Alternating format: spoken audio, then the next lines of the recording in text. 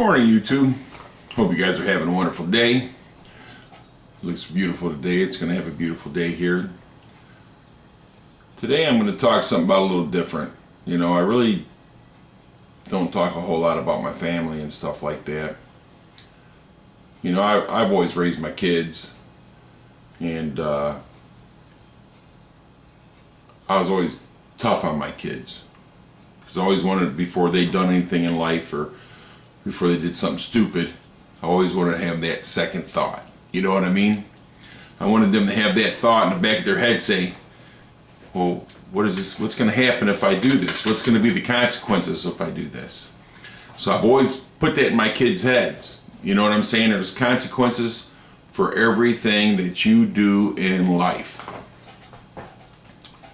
So some of you know that I'm friends with on Facebook, stuff like that, that I just had a nephew pass away.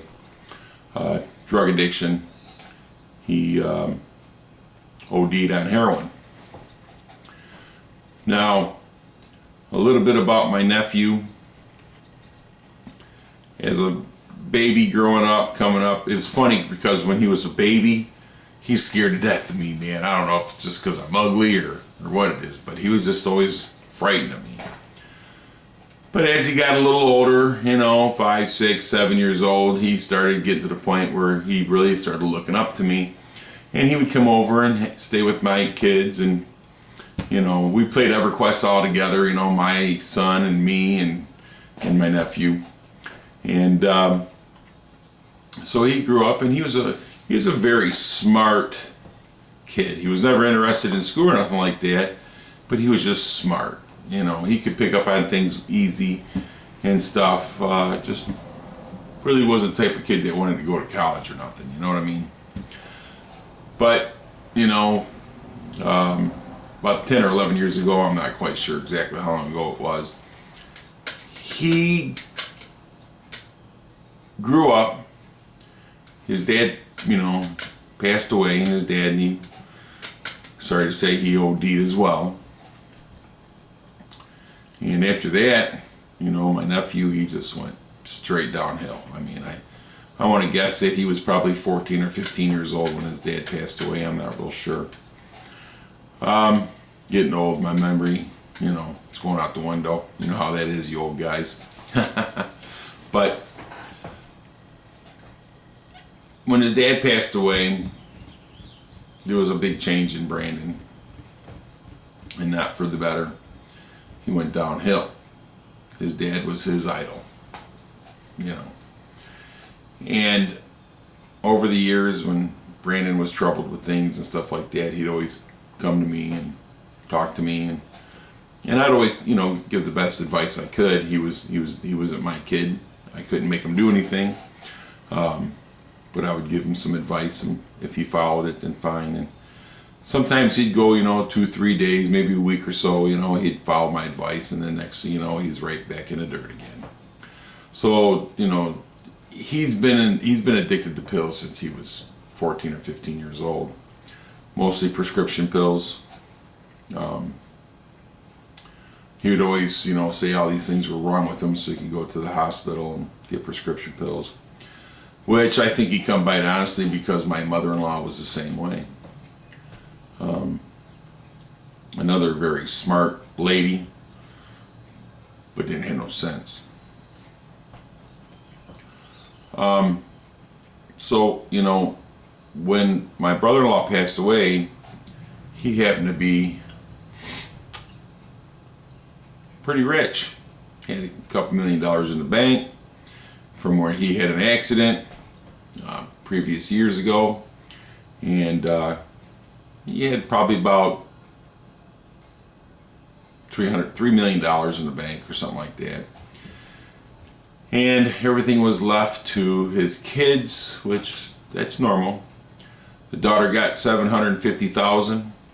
The one son, the oldest son, the one that actually works and grown up, didn't get a dime. Him and his father didn't get along. And I'm guessing it's probably because of some of the things his father's done. And the youngest one, Brandon, my nephew, he got the rest of the money, so he was a millionaire. But he wasn't supposed to get any money until either one, he got a bachelor's degree of some kind, or two, he turned the age of 35. Well, he didn't do either. So recently he's been, been really bad. So my sister-in-law calls me one day and she says, I really would appreciate if you'd come to talk to Brandon because you're the only one that he'll listen to. Well, I really didn't want to go over there, but I did, because it just got to the point where everybody's against him and, nobody's, it's just, it just got really bad. I mean, if you've ever been through a drug addiction person and try to help them, and it just comes to the point where you can do everything in the world for these people, but if they're not ready to help themselves, there's nothing you can do. And I have gotten to that point with Brandon where there was nothing I could do because I had to wait for him to want help, So apparently he had went with his mother, towards his mother he had a knife in his hand, and she felt threatened. And so I had went over there, and at the time I didn't know that he had went with a knife because she didn't tell me this. But I talked to him and he was just so strung out. I've never really seen this in person. I've seen it on TV, I've seen it in videos, but I've never seen it in person. And it just made me sick to my stomach. This kid was so strung out. Well, he's not a kid, he's a grown man, he's 25 years old, but he's a kid in my eyes. But he was so strung out and just throwing his body around and throwing his head back, and it was just like I said, I've never seen this before in person. It made my blood pressure go from 0 to 180 that quick, But I talked to him, told him you need to get away from your mother. You need to grow up and be a man. You're 25 years old. You get such and such money allotted to you a month. You need to use that money and get yourself a place and get yourself a job so you stop thinking about this drugs and everything else. You need to fix yourself, Brandon. I can't fix you. Your mother can't fix you. Nobody can fix you until you're ready to fix yourself. Well, on the way home, my wife said, did you know he went after Linda with a knife? Ooh, really? Yeah, well, we need to do something about that because we don't need to find your sister dead,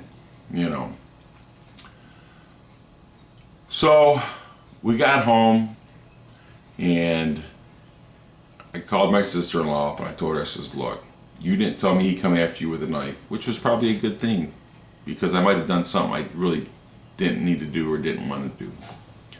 So I called her and told her you need to get a PPO against Brandon and keep him away from you. And when he comes to you, call the police, let them come take him away because you can't trust him. He's going to do something to you. If he's coming at you with a knife now, what's he going to do? And I mean, he's destroyed her house. He's totally destroyed her house, everything. And then after I got off the phone with her, I called her dad, my father-in-law, and I explained to him what was going on. And he says, you need to get Linda over there and get a personal protection against Brandon. Because the police has been there so many times and she wouldn't press charges and she let it go and let it go and let it go that the police didn't want nothing to do with it anymore. So the only way that you could get the police to come to her house was to get a protection order against Brandon, my nephew. So he called her too, and then the next day they went down and they got one. Well, he was told, the police was there. They walked him off the property and told him, if you come back here or get so close to her, don't call her, don't do nothing, or we're going to take you to jail. So that night he totally ignored it. He broke the back window out in her house, snuck in. When she woke up, he was on the couch. She called me. She said, Brandon's on the couch. What should I do? I said, call the police. So she called the police. They said, have you turned in the PPO yet? And she said, I'm going down there to do it right now. She says, once you get it turned in, call us and we'll come get him off your property. So she had to go back downtown Detroit, turn everything in, get it put in the computer. On the way home, she called the police, so the police met her there, and they walked him off the property. Well, Brandon called me and told me, he says, I can't believe my mom did this against me, blah, blah, blah. And I told Brandon, we're afraid for your mother.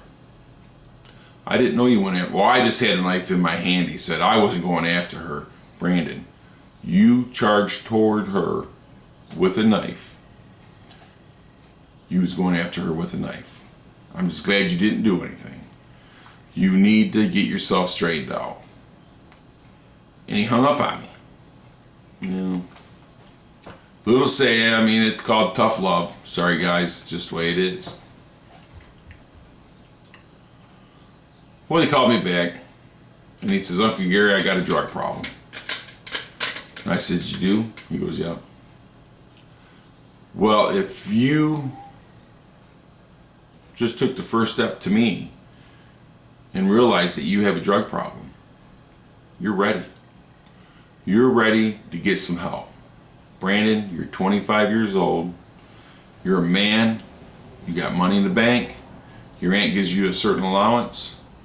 You need to go and get yourself in a rehab. Get some help, Brandon. You really do. And so that night, he ended up breaking back into his mom's trailer again, her home. And she called the police. He went to jail. He was supposed to go to jail for 90 days, and they were supposed to put him in a rehab. But he told the judge, I am going to enter a rehab. And he told him, Brighton, the rehab and everything. And so the judge let him out. Well, they gave him enough money to get a hotel. And they didn't even give him the money for the hotel. They took him and got him a hotel. Gave him $10 for get some food. And they were supposed to go pick him up and get a check and go take him to the rehab the next day. Well, it didn't work out that way. He got a hold of the dope man, went across the street from the hotel to Walgreens or whatever store's there, and got him some needles. And he made himself a fix, and he never recovered from it. They found him dead. And just think what the worst feeling in life is somebody knocking on your door and telling you that they found your son dead, face down, in a hotel. So it's tragic. It's very tragic. People, I'm going to tell you, if you don't raise your kids, the streets will. And I understand some kids are just defiant and they're going to do what they want to do, but it's your place to know where they're at and what they're doing. Hey, my kids, they thought I was the biggest jerk in the world. They did. Oh, my dad, he's a jerk. He won't let me do nothing. Oh, I let you do it. But I let you do it on my terms, not yours. I'm the one that's responsible for you. You're not responsible for me. So hug your kids, love your kids, discipline your kids. Because in the long run, they'll realize why you did it. My kids thank me today because they didn't turn out like my nephew and a lot of their friends. All right, people. Hey, I appreciate you watching. I know this ain't the greatest video and it's not the greatest subject. It's just my personal feelings on it. And I hope you all the best. And I hope all your kids the best. And if your kids do have an addiction, start talking to them now. Don't wait until it's too late. Because like I said, and I understand, they're not going to help themselves until they're ready. And you can't help them until they're ready. But you can always put out the word to them. And always give them that second thought. And tell them my nephew story. You know, you don't think you're going to die, but the stuff is going to kill you. Thanks for watching.